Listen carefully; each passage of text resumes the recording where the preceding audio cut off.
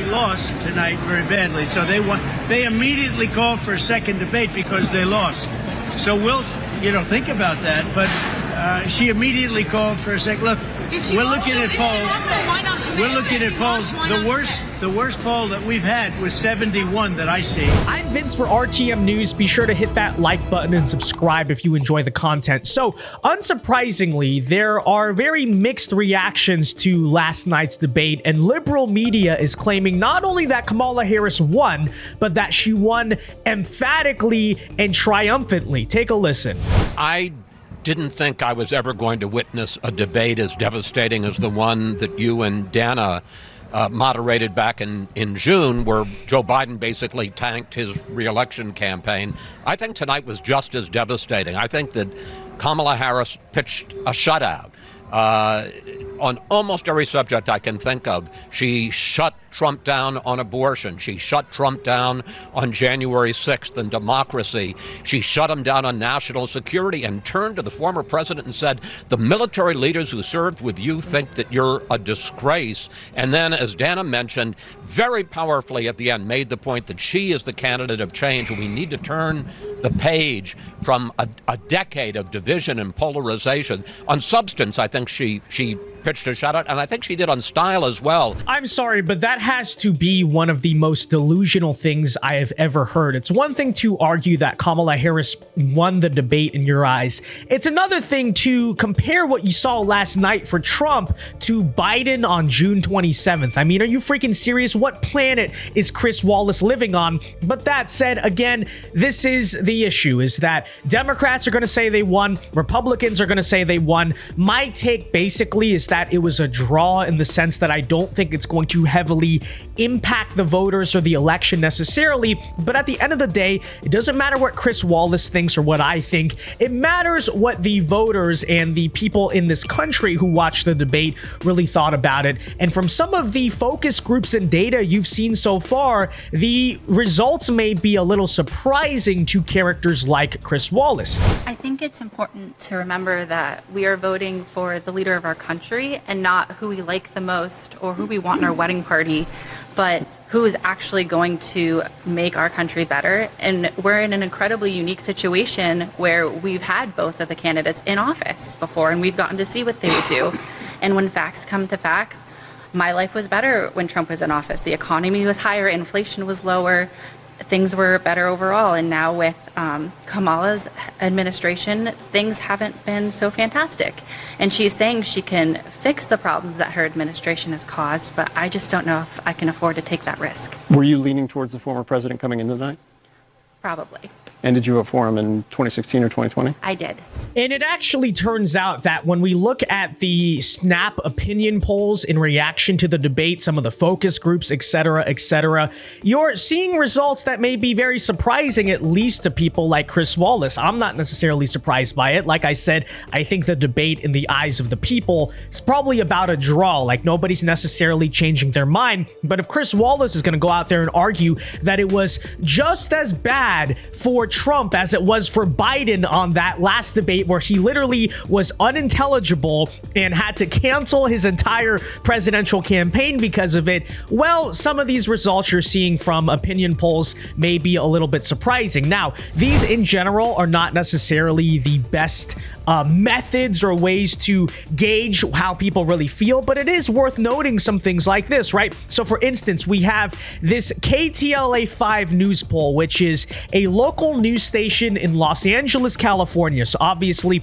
not necessarily the most conservative place in America that we are talking about in terms of news coverage. They're not exactly the conservative station in LA, and I know that because I grew up there, okay? But take a look at their online poll. It has Kamala Harris, who won the debate, right? Kamala Harris at 51%, Trump at 49%. So what that is showing on, again, a liberal leaning area in the news station situation there is a virtual tie in terms of who won the debate between those two candidates. So again, it's just worth noting here. We have NewJersey.com, which is New Jersey's largest news site, actually showed Trump winning the debate in the eyes of people, 52% to Kamala's 42%. And there are many snap polls, opinion polls that either favor Trump or more or less suggest that the debate was essentially a tie. You see on C-SPAN, Trump won 75-25, which is pretty funny. It's possible that it was a very conservative leaning sample there, but still. But here perhaps is the opinion poll that really tells you a lot about what you need to know and what Donald Trump's advantage really is in this debate. And by the way, this is a CNN poll itself. Who would be better to handle the economy among debate watchers? Now, check out what the margin was before the debate. Already pretty bad for Kamala Harris, as you can see here. Kamala Harris, 37%, Trump, 53% on the economy. But in reaction to after the debate, and again, this is what really matters, not who you thought had the better tone in last night or the better vibes. Yes, those things do impact perception, but on an issue like this is arguably more important, right?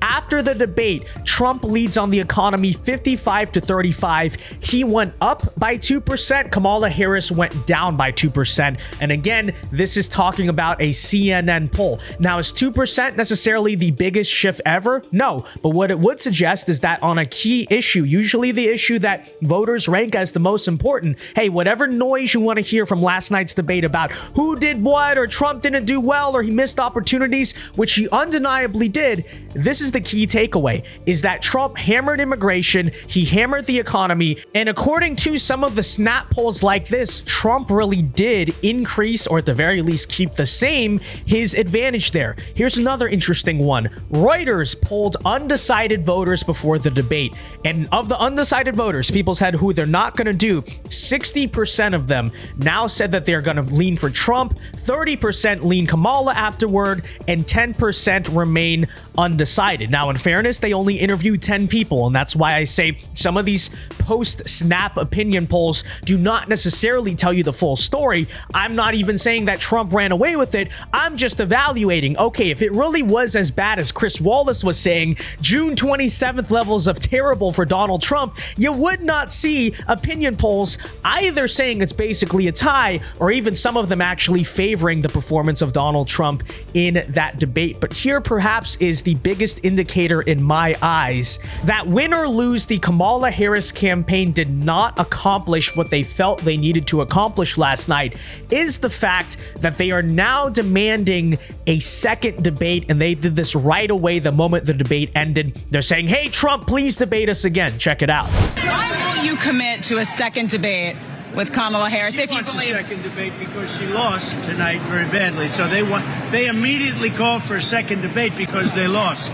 So we'll, think about that. But she immediately called for a second. Look, we're looking at polls. We're looking at polls.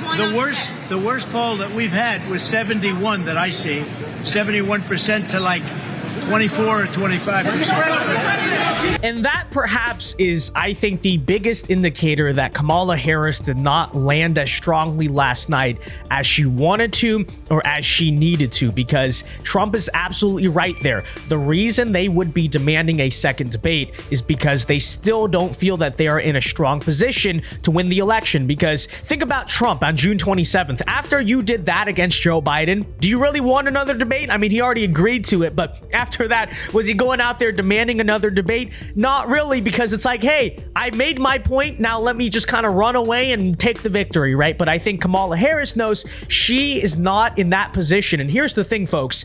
The campaigns are going to say what the campaigns are going to say publicly. Obviously, Kamala is going to say that she won. Trump is going to say that she won. That's politics for you. But when you take a look internally here, the situation undeniably has to be, They do not think, the Kamala Harris campaign, that they are in a particularly strong position after last night. Their internal polls already were not showing that good of signs for her election chances. And now after last night, where she really did not have a home run nearly whatsoever, whatever you think about it, objectively, she did not have the home run perhaps she was looking for. Well, that is why now they are please saying, hey, debate me again, because if she won so emphatically, you wouldn't want to do a second debate where maybe Trump lands some things or you screw something up, right? You are taking that risk because inherently you know, or at the very least you suspect you are losing. And that seems to be the reality when you dig through all of the propaganda. So that said, ladies and gentlemen, let me know your thoughts in the comment section down below.